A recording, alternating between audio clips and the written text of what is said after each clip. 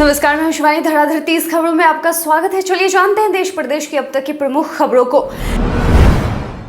निर्मला सीतारमण के कार्यालय द्वारा ट्विटर पर डाले गए एक वीडियो में वह ताजी सब्जियां चुनती हुई और वहां मौजूद लोगों और सब्जी विक्रेताओं के साथ बातचीत करती दिख रही हैं। उनका यह वीडियो ट्विटर पर देखते ही देखते वायरल हो गया, जहां कई लोग उनकी इस सादगी की तारीफ कर रहे हैं।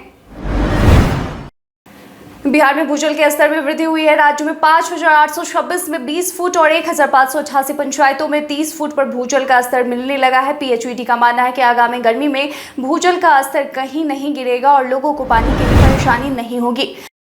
चीन तिब्बत और निर्वासित दलाई लामा को लेकर लगातार आक्रामक रुख दिखाता रहा है। हाल ही में चीन के दो गोपनीय आंतरिक दस्तावेज से एक खास रणनीति का खुलासा हुआ है। इनसे पता चलता है कि कैसे 14वें दलाई लामा के तौर पर वो अपने आदमी को बिठाना चाहता है। गंडक नदी के उफान की वजह से गोपालगंज में आई बाढ़ के कारण कई लोगों की जिंदगी गोपालगंज बेतिया हाईवे पर कट रही है। दर्जनों बाढ़ पीड़ित परिवारों ने हाईवे पर शरण ले रखा है। कुछ लोगों की जिंदगी बैलगाड़ी पर कट रही है तो कुछ लोग सड़क के किनारे तंबू तान कर रहने को मजबूर हैं। इससे उत्तरी बिहार के कई जिले प्रभावित होने की आशंका है।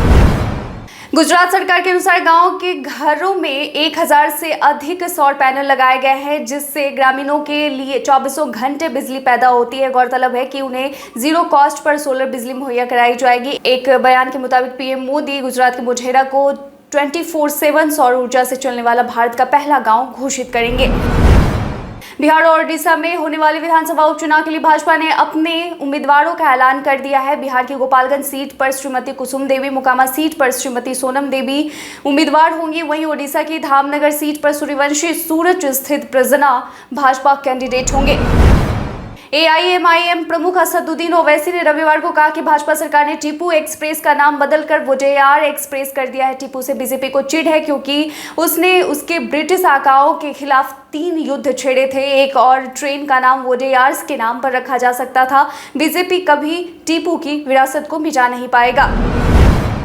बिहार के समस्तीपुर की रहने वाली चेतना झाम ने भोजपुरी सिनेमा में कहानी, पटकथा और संवाद लिखने के साथ साथ अपनी नई फिल्म बेगुनाह की वह निर्माता भी हैं। फिल्म में चेतना कथक नृत्य पेश अपनी इस प्रतिभा का भी प्रदर्शन करेंगी। आपको बता दें कि चेतना झाम बिहार के समस्तीपुर की रहने वाली पंजाबी परिवार से ताल्लुक रखती हैं।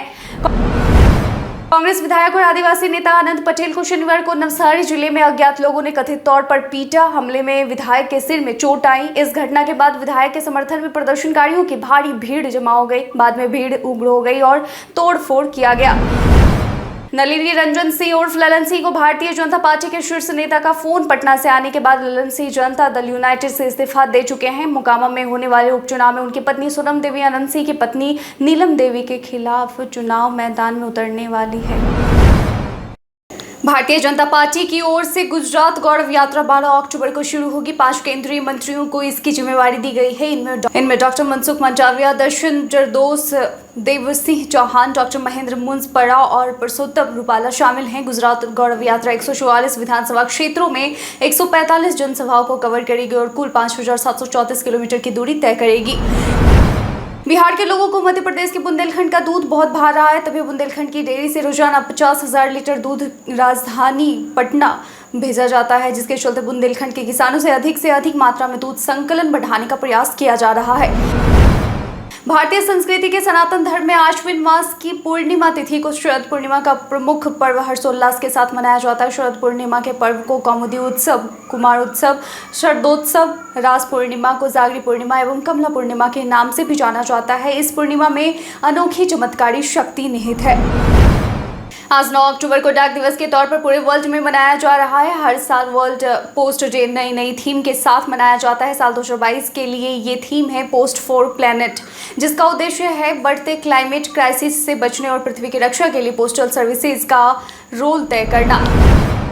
वाराणसी में समाजवादी पार्टी के निवर्तमान महानगर अध्यक्ष विष्णु शर्मा द्वारा बताया गया कि वाराणसी महानगर की कैंट विधानसभा, उत्तरी विधानसभा और दक्षिण विधानसभा में शनिवार और रविवार को देश बचाओ देश बनाओ समाजवादी पर यात्रा निकाली जानी थी। पदयात्रा की तैयारी कर ली गई थी, लेकिन प्रदेश कार्यालय की सूचना पर यात्रा को स्थगित कर दिया गया।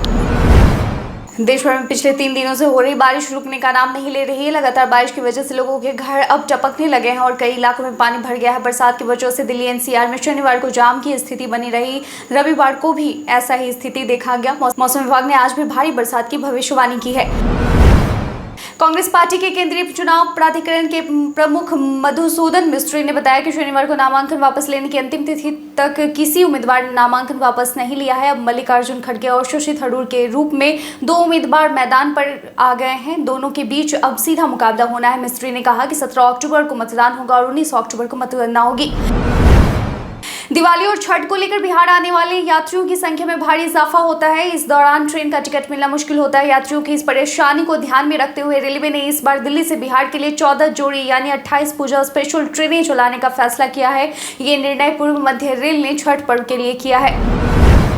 IFS दिवस 2022 के अवसर पर विदेश मंत्री एस जयशंकर ने कहा कि भारतीय विदेश सेवा विश्व स्तर पर भारत के हितों को आगे बढ़ाने में मदद करेगी। इस मौके पर उन्होंने विदेशी सेवा में काम कर रहे लोगों को बधाई देते हुए ऑपरेशन गंगा को याद किया। विदेश मंत्री ने कहा कि जितने अच्छे तरीके से विदेशी सेवा के सदस्यों ने ऑपरेशन गंगा की चुनौतियों का सामना किया, उसे पूरे देश ने देखा। कांग्रेस सांसद राहुल गांधी ने रविवार सुबह कर्नाटक के तुमकुर जिले के तिरुपतुर से भारत जोड़ो यात्रा की फिर से शुरुआत की। इस दौरान काफी संख्या में पार्टी समर्थक दिखे। इस पैदल यात्रा के दौरान समर्थक और कार्यकर्ता हाथों में पार्टी के झंडे लेकर आगे बढ़ रहे।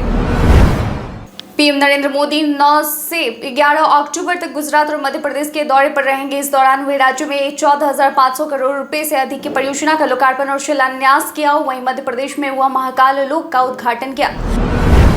भारत में कोरोना के केसों के मिलने का सिलसिला जारी है। हालांकि बीते दिनों कोरोना के केसों में काफी गिरावट आई है। भारत में कोरोना के केसों के मिलने का सिलसिला जारी है। हालांकि बीते दिनों कोरोना के केसों में काफी गिरावट आई है।